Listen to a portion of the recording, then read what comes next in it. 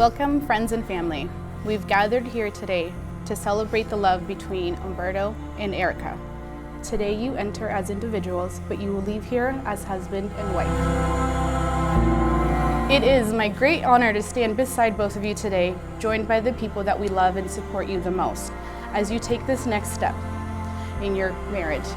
By the virtue of authority vested in me as Commissioner of Civil Marriages, I now pronounce that you are married. Humberto, you may kiss your bride.